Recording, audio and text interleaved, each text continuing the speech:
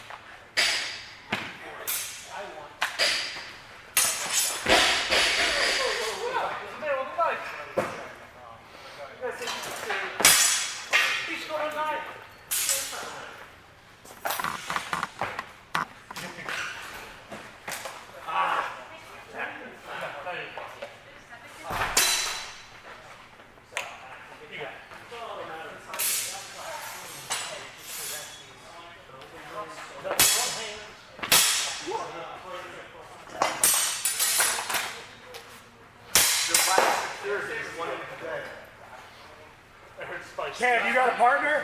I got you.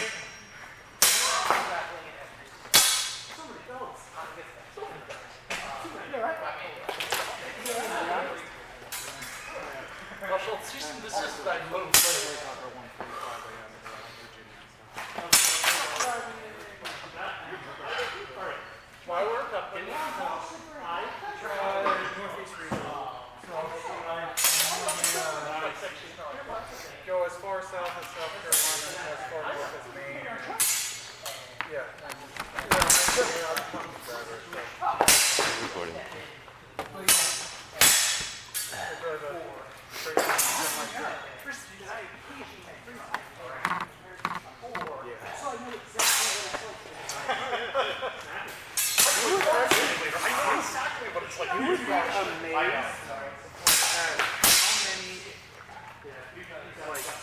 Diehard American Truck Simulator players there are who are truck drivers.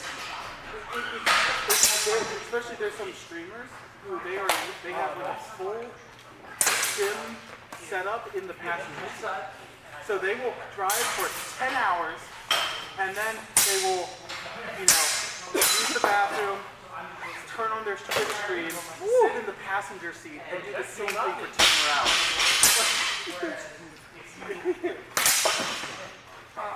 Something that I've been doing this thing.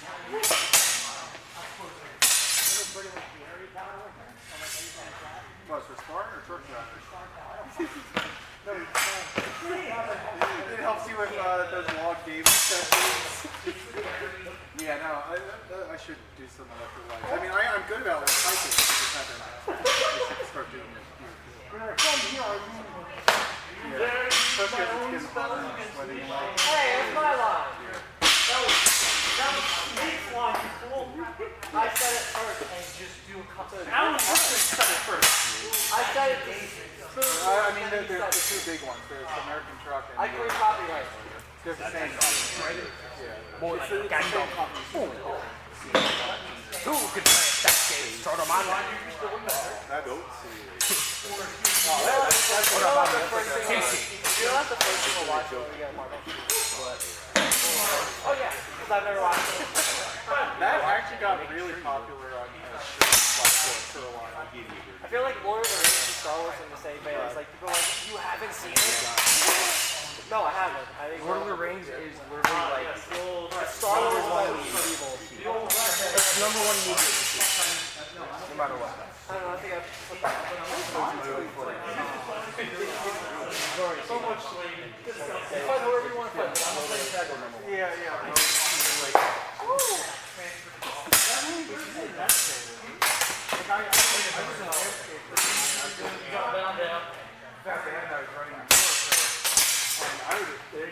There were a lot that some days or some weekends where I go out myself and I do a few episodes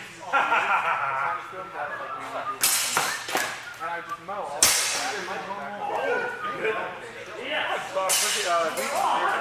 if you ever go into the you know how there's like a training track that you see, it's like the under,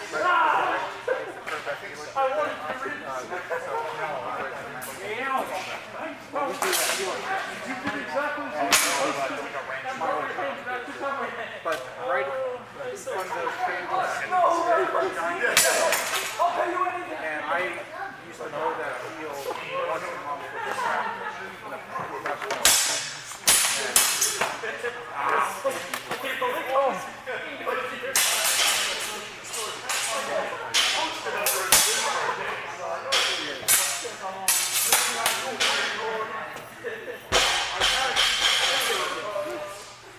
I'm sorry.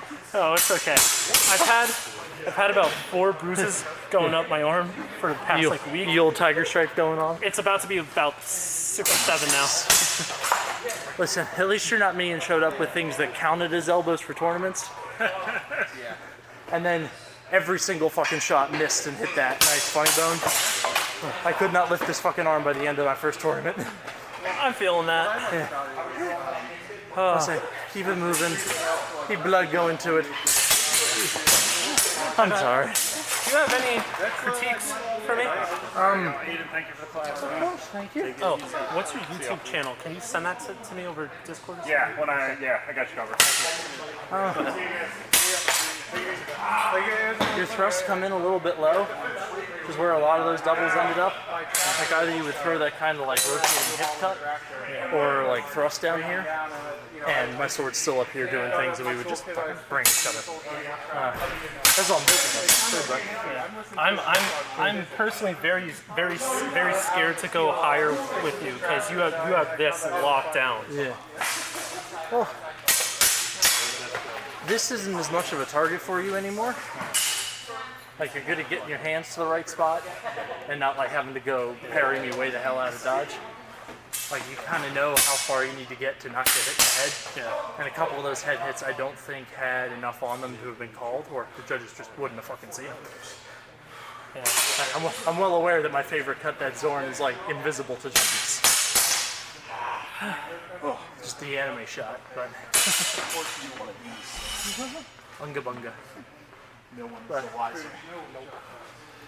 if you go first with them, that was just you horizontal across the bottom of the screen. Someone just swam across the screen.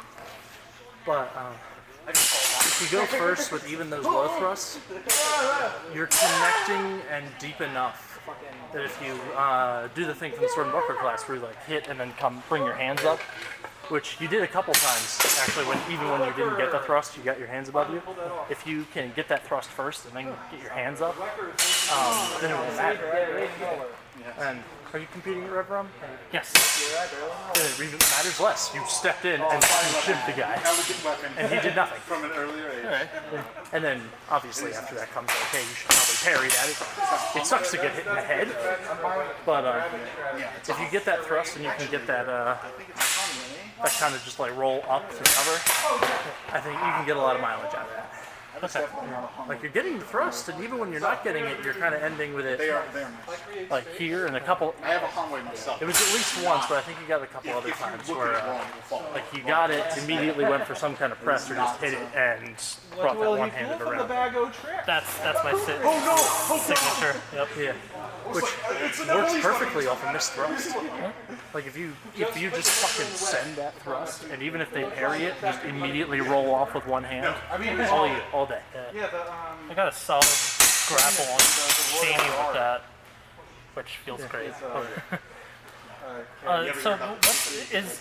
I mean, have you been to Rev Rum before? I directed last year. Okay. And last year was the first one. So is that separated into tiers C, B, A? All right. And then we sort you by humor rating. You don't self-volunteer.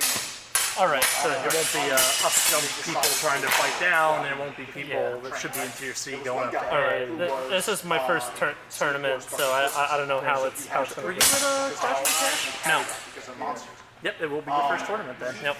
And you will go to the tier C's, which is all the unrated people, and then I'm not sure if we decided if there was a cutoff. Because there was argument about, so last year it was 1,400 and under for weighted ranking, which Like especially in means nothing to you, but HEMA rating is pretty much like how consistently you do well. So if you do well like once, but bomb a bunch of other times, then your HEMA rating's not going to be very good. Maybe your ranking is, but your rating's cool. yeah. But we've started doing our rankings by that rating, by our tiers by that rating system. Becoming not part of you anymore. So, and then you can obviously request to be moved up if you desperately believe that you belong in B, then you could make an argument if you desperately want to do that. I don't even know if I belong in C, dude. But C this year, Cheney was talking about doing it as an unranked, like a rookie tournament, which is kind of what it was always meant to be. But then it became just a, hey, people with shit HEMA ratings to give them a confidence booster, not have them butchered in tier B. Like, to me and Cheney, that sounds like quitter talk. You should just go get good. Like, even if Yeah. I got like my ass beat from you, like I'd still prefer that than I don't- like cleaning house and like Yeah. beating up on like new people. Like I'd get nothing out of that. Whereas at least even at B, if I was losing, I can at least be like, oh, like learning something from it. On the other side of things, up in tier A, where there's like fucking 17 people every year, and it gets old real fast. Because you fight the same 17 people because everyone's kind of local. And oh no, JW, what is he gonna do to me? Same shit he always does to me. That's what's got me anxious about C, because unranked doesn't strictly mean new or bad. It just means unranked. So you could have been practicing for 4 years and then this is your first tournament. Now, I grant you, if we hear about it, we will bump people up to B as needed. Okay. Because we desperately want to avoid, like, the instructor that's only showed up to unrated tournaments. Okay. And then just goes and beats it to beat up on people. But, like, we tried to do our best with it. And you should at the very least get a fair shake. As long as I get my feet wet with it, I just want some, even if it's not perfectly accurate, I want some kind of gauge of where I am. I say tier C is its own monster because, again, you have people that are like, such as yourself, that like sat there and like got better and like, okay, I want to be good before I go do anything. And then you have people that started HEMA 2 weeks before and like, oh boy, tournament! Yeah. And don't know what a sword is yet. You get both. Have fun. Well, You simultaneously get people that are like, they're good, but they don't have like the competitive experience because HEMA tournaments are their own weird monster, while also having people that aren't good and aren't trying to be. so it's very much a mixed bag. This is the tier that Buck's Priority works really well for because it can devolve to people just fucking swinging each other. And rather than sit there and watch 17 doubles, I would rather like, well, you step forward first, point this way, point this way, point this way, point this way, point this way, match this way, we're done. I do want to see two newbies duke it out. What was it? One of the Ohio tournaments a couple years ago, I was standing with the guy that runs HEMA Scorecard, Sean Franklin. And we were kind of like just chatting about what excessive force should be. And then as if on cue, tier C started, and the first exchange sounded like semis hitting each other at 80 miles an hour. It was painful. That was definitely